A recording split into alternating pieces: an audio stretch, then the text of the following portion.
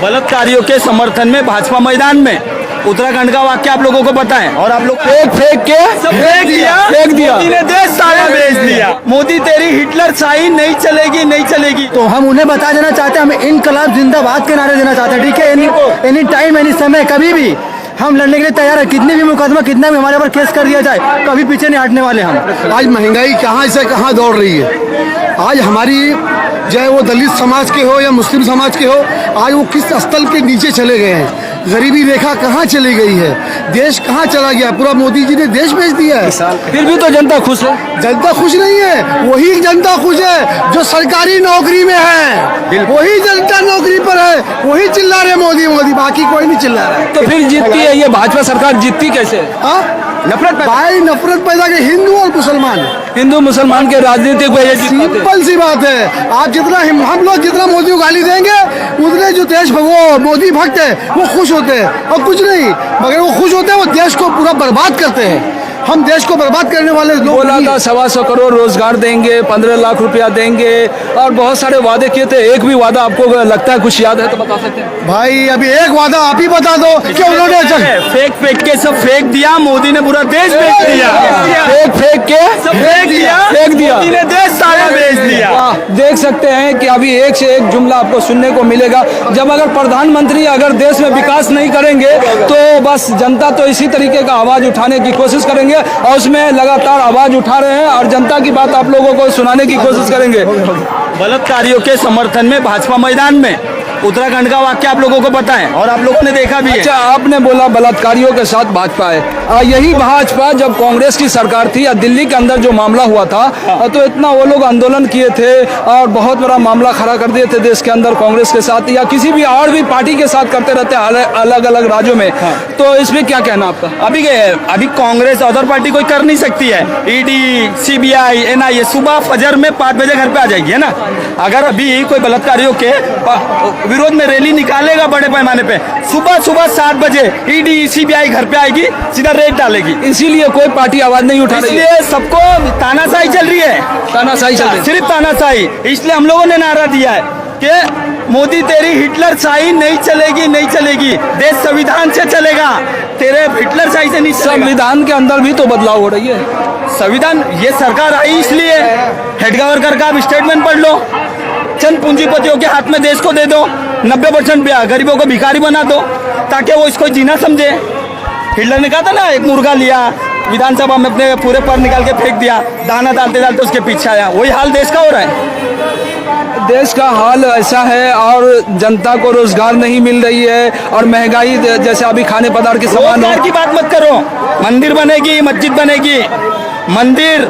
अभी एक बात बता, मस्जिद तो टूटने की बात होती है तो बनने की बात कहाँ से आती है? मंदिर बनाएंगे, हम मुसलमान बनाएंगे। हमको चंदा कितना नीचे किसी का, सरकार रख ले अपना पैसा, हम अपने पैसे की। तुम 5 मंदिर बनाएंगे, हम 10 मस्जिद बनाएंगे, अपने पैसे का बनाएंगे, हमारी जात से पैसा निकालेंगे, हम अपने पास से निकालेंगे। नहीं चाहिए चंदा कितना, सरकार का पैसा सरकार के मुंह पे मारूं मैं।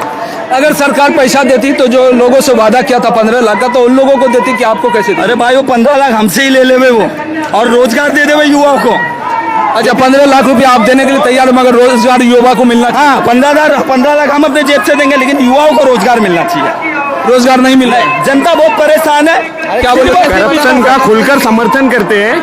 आप ऐसे भी करप्शन कर रहे हो। हम आपको 15 लाख दे रहे हैं, लेकिन हमको नौकरी दो। आपको नौकरी चाहिए कि पूरे देश के जनता को चाहिए? हमको चाहिए, हमारे युवा लोगों को चाहिए। जितने भी लोग बेरोजगार है, एजुकेशन ले रहे हैं, वो कैसे भी चंदा करके, कर्जा करके वो कॉलेज पढ़ रहे हैं, लेकिन उनको नौकरी नहीं मिल रहा है। वो आगे क्या करेंगे? विपिन कर्नवाल को पहचानते हो? उत्तराखंड का आरएसएस का अध्यक्ष है, पहचानते हो आप उसको? वो जो अंकिता का मर्डर हुआ है, जो बीजेपी के एक्स मंत्री उसके बेटे ने रिसोर्ट में अय्यासी होती थी, वो लिखता है आरएसएस का भाजपा का ओके लिखता है। वो 19 साल की बेटी की घर वाले कमाई खा रहे थे, इतने सुनसान सड़क पे रिसोर्ट में काम पे क्यों भेज रहे थे? घर वाले कमाई खा रहे थे, आपकी बात मतलब घर वाले खा रहे थे। हाँ। तो उसको रोजगार नहीं मिलेगा तो कमाएगी ना। तो ये उस नीच वो बड़ों को समझना चाहिए। वो आरएसएस का है जो उसने स्टेटमेंट दिया ना, ट्वीट किया ना बाकायदा, कि बीजेपी के जो मंत्री उसके बेटे के समर्थन में उसने ट्वीट किया बाकायदा कि 19 साल की लड़की, मैं कैंडल मार्च में दुकान बंद कराने में नहीं जाने वाला हूँ, क्योंकि 19 साल की बेटी की जो बाप कमाई खाता है बैठ के घर पे, उसके लिए तो मैं रोड पे सड़क पे नहीं निकलूंगा। यही बेटी के लिए तो एक समय ऐसा आता था कि वो आंदोलन करते थे, आज बेटी के ऊपर ही अलग टिप्पणी। भाजपा पार्टी नहीं, बलात्कारी पार्टी है।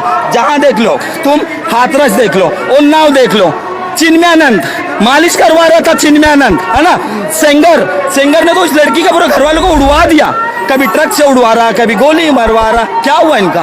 भाजपा वाले है ना। क्या भाजपा वाले को ऊपर ईडी या सीबीआई ये सब का डर नहीं है?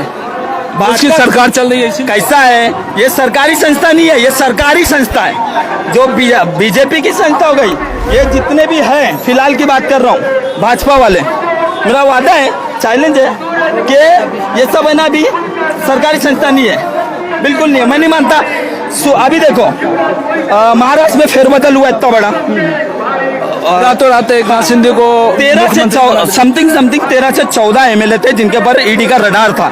आज वो सिंधेगुड़ में चले गए, सब सेफ है, सब सेफ है। कहीं सीबीआई रेड नहीं डाल रही उनके डर। क्या हो गया है? नेम प्लेट जो थी ना शिवसेना की, वहां पे आधा शिवसेना का धनुष आया, आधा भाजपा का कमल आ गया, बस।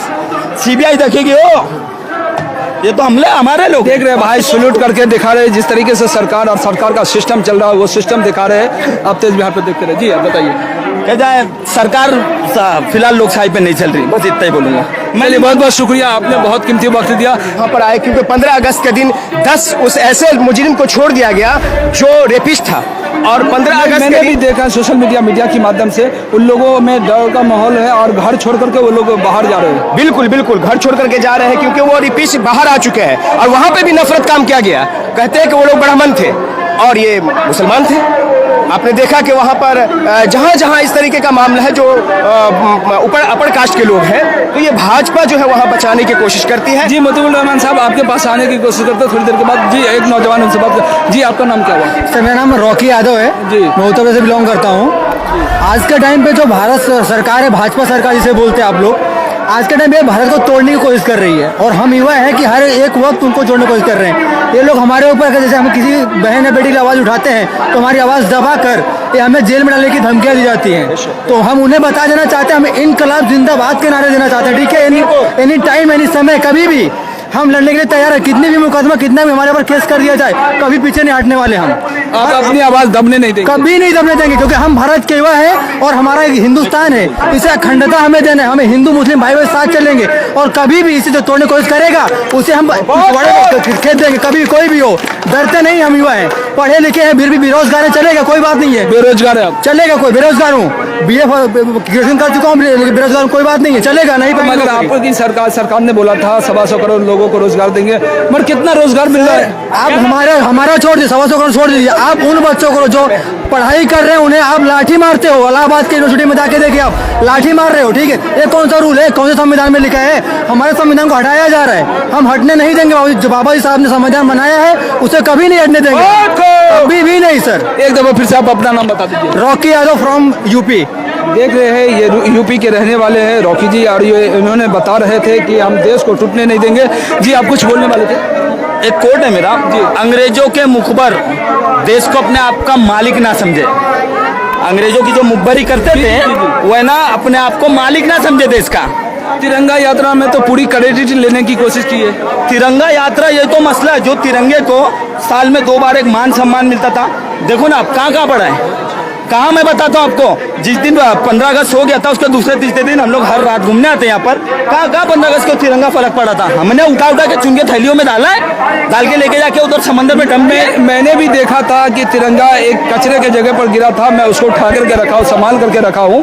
अगर उस चीज को देखा था तो हो सकता है कि भाजपा वाले हम जैसे मीडिया वाले के ऊपर भी जो है आरोप लगाते कि ये लोग खुद को फेंक दिया है, तो मैंने दिखाने की कोशिश नहीं की। तो तिरंगा यात्रा होना चाहिए, मगर इसका तो मतलब सस्पेंशन निकलना चाहिए ना कि कोई व्यक्ति कचरे में न फेंके। भारत सरकार अगर ऐसा बोल रही है कि किसी ने कचरे में डाला, तो मैं फुरकान प्रचंड हूँ, मैं बताना चाहता हूँ कि तुम लोगों ने उस तिरंगा को, तुम आरएसएस वाले, तुम मुखबर अंग्रेजों के, तुमने चाहा ही नहीं तिरंगे के 3 कलर हुए।